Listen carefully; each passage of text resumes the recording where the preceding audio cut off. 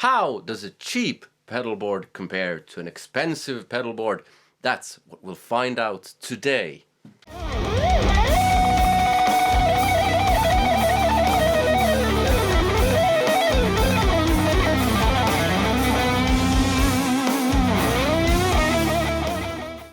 Hello and welcome to another video with me, Elmo J. Karilainen, and it's good to have you along. You can call me this guy if my name is tricky to pronounce. Today I'm taking a look at two pedal boards. One is cheap and one is expensive, and I'll be comparing them. Now, the one hand, it's a pedal board that I have built out of a plastic tray. And I'm going to do this so that it's kind of the bare bones of a pedal board. So I have an overdrive, I have a noise gate, I have a delay, and I have a power bank for both, and I have a volume pot in the loop for the Marshall, which will be actually the same one for both pedal boards. It's very cheap volume pot. I think it cost me $15 if I'm not mistaken. And yeah, the expensive pedal board is a pedal train, which is way too large for the pedals that I have on here now, but who cares? I have a Strymon Riverside, I have a Strymon Timeline, and yeah, on the cheap pedal board I have a Mosky D250X, I have a Boss NS2 noise gate. The Riverside has a built-in noise gate, so I don't need a noise gate for the expensive pedal board, and I have a TC Electronic Flashback Mini, which you could get a cheaper version, some cheaper pedal, but that's not an expensive one, and the cheap ones that I have tried have really messed with the tone of the amp. Oh yeah, and I have Voodoo Lab power supply. So, what are the prices of these pedal boards? The expensive one comes in at roughly 1,170 euros, whereas the cheap one comes in at roughly 270 euros. So there's quite a bit of a difference there. And the idea is to find out, do you actually need an expensive pedal board? Now, I'll be using the same cables because I've found that the one thing that you cannot, or at least that I wouldn't save on, is cables, because those things break easily, and it's a really annoying thing, especially playing live, if you have to start swapping cables in the middle of a show. That can really kill the feel of the whole thing. Of course, pedals can break as well, but cables do that much easier. The patch cables that I'm using are these ones. They're EBS PCF Deluxe flat patch cables, and they're very nice. The quality is good, but they're also very nice because they save space on the pedal board, because you can just do this type of thing. If you want these kinds of patch cables, I have a link in the description to them. It's an affiliate link, so if you buy through that link, I do get some money and you support the channel. I also have links to most of the pedals here in the description. Same thing, affiliate links, you'll be supporting the channel if you buy anything that way. But yeah, so I'll just play both pedal boards and compare the sound, and then I'll play an actual piece of music on both pedal boards so you can hear them in some kind of context. And then I'll give you some kind of verdict on what I thought of both pedal boards. I guess that's about it. Let's get going with the expensive pedal board. Oh, and I forgot to say, you would normally have a tuner on a pedal board, but I just decided to use this because I normally use a wireless, and I just have this in case, and the wireless has a built-in tuner, so I don't really have a tuner for my pedal boards. I do have one, but I never use it. You might have noticed that I also have a wah on the expensive pedal board, but I've disconnected that, so I'm just going straight past that. Other than that, the same rig. Custom mahogany Strat, Seymour Duncan YJM Fury pickups, Plexi, and a Marshall cab. Yeah, so it's just the pedal boards that are different. Okay, so let's start with the expensive pedal board. Here's my clean signal without any of the pedals except for the tone pot, which isn't a pedal. Haha! Sorry, tone pot. I mean volume pot, because that keeps the volume under control from the Plexi.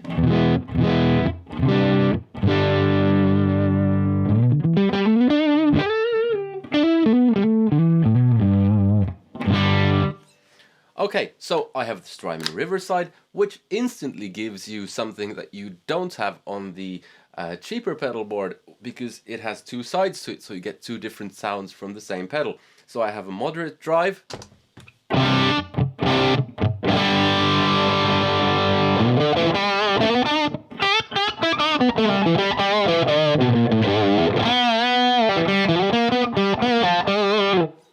But the main thing I do with the overdrive pedal is basically this. I have it set so that it's really close to a Fender Yngwie Malmsteen overdrive, and the Mosky D250X on the cheap pedal board is roughly the same. So this is what that sounds like.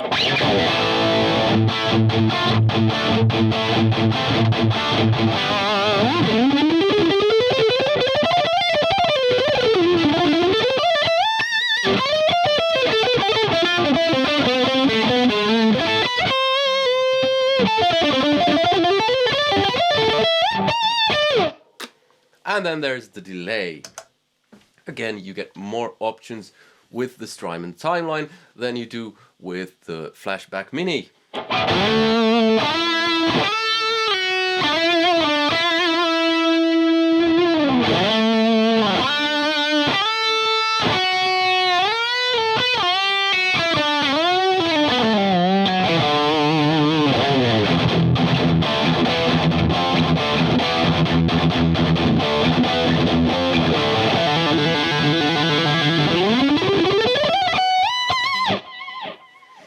Now that's pretty much as expected.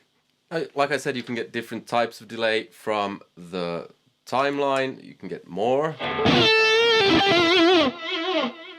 with just the press of a button. You can change banks and all that kind of stuff that you can't do on the Flashback.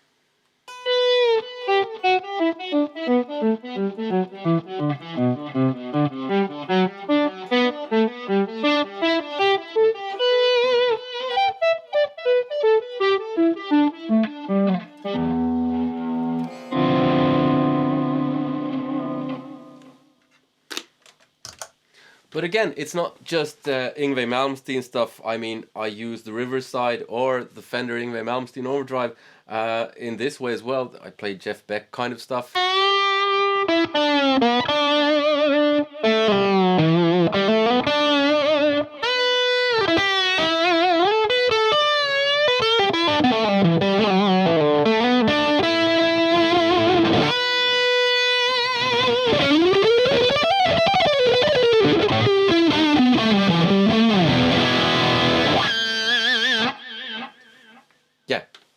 Ended not so Jeff Becky. Let me switch pedal boards. Okay, so now I've switched pedal boards, and a few things I'll be looking out for here. Number one, will the power supply, the cheap Harley Benton power supply, will it cause noise? Because cheap power supplies sometimes do that. So let's see.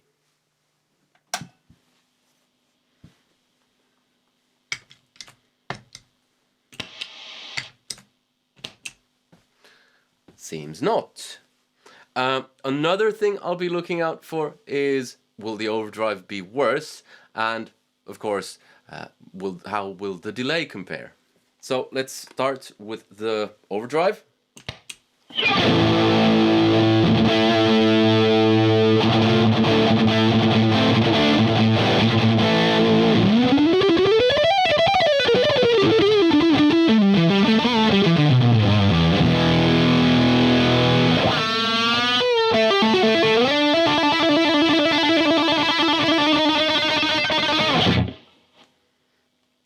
Okay, and then the delay.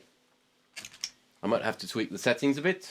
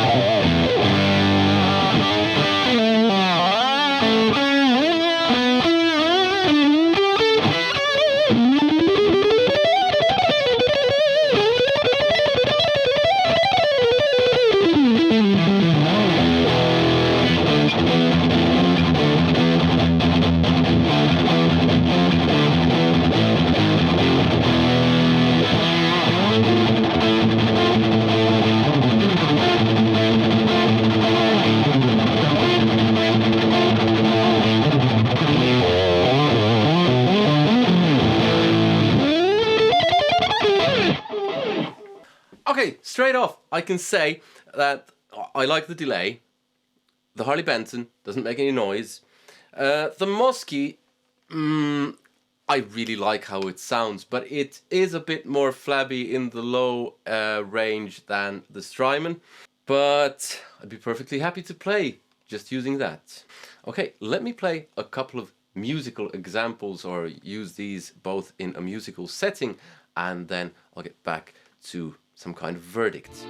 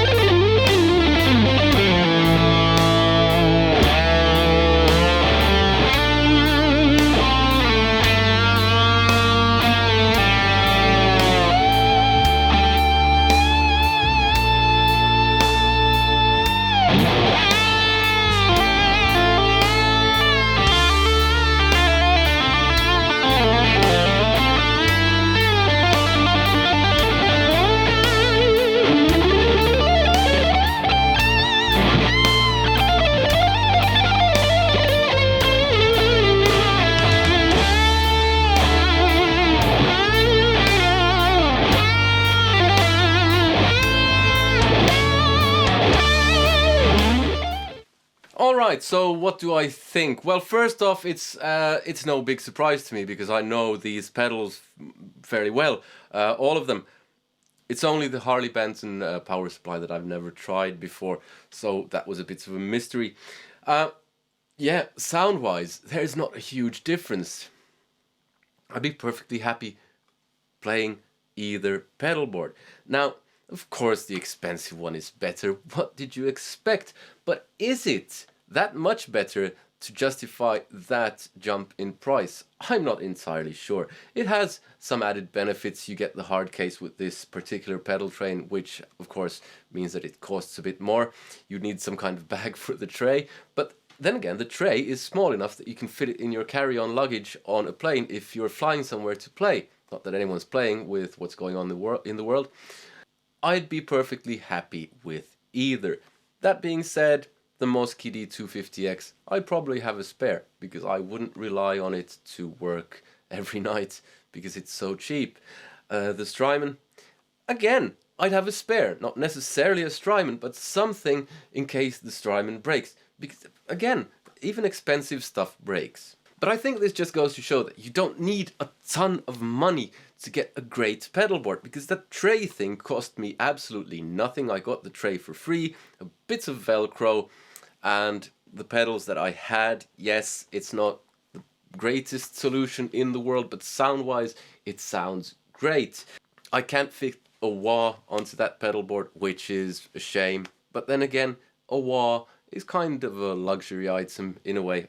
Okay, I stand on the wah most of the time, or often, to get a different type of sound. But still, that cheap pedal board is absolutely great. You get a bit of added reliability, you get more options, slightly better sounds maybe with the more expensive stuff. But if you pick and choose well, you can definitely build a pedal board on a budget and get some great sounds. If you want to watch more of my gear reviews, there's a playlist here somewhere, and there's also a playlist to some of my music. If you want that music that I played, that was kind of in the style of Opeth. I've done that previously on the channel, but those two complete versions you can get on my Patreon, plus a bunch of exclusive stuff. So join me on Patreon. You can even take it all for free if you want to. Click like if you liked the video, comment, let me know what you thought. If you have a cheap or expensive pedal board, let me know what's on your pedal board, or if there's something you'd like me to review for your pedal board. And yeah, subscribe if you haven't already, hit that bell notification thing. Other than that, I hope to see you in another video. This was fun. Yes, let's do this again. Maybe not with pedal boards, but with amps or something. See you. Take care. Bye.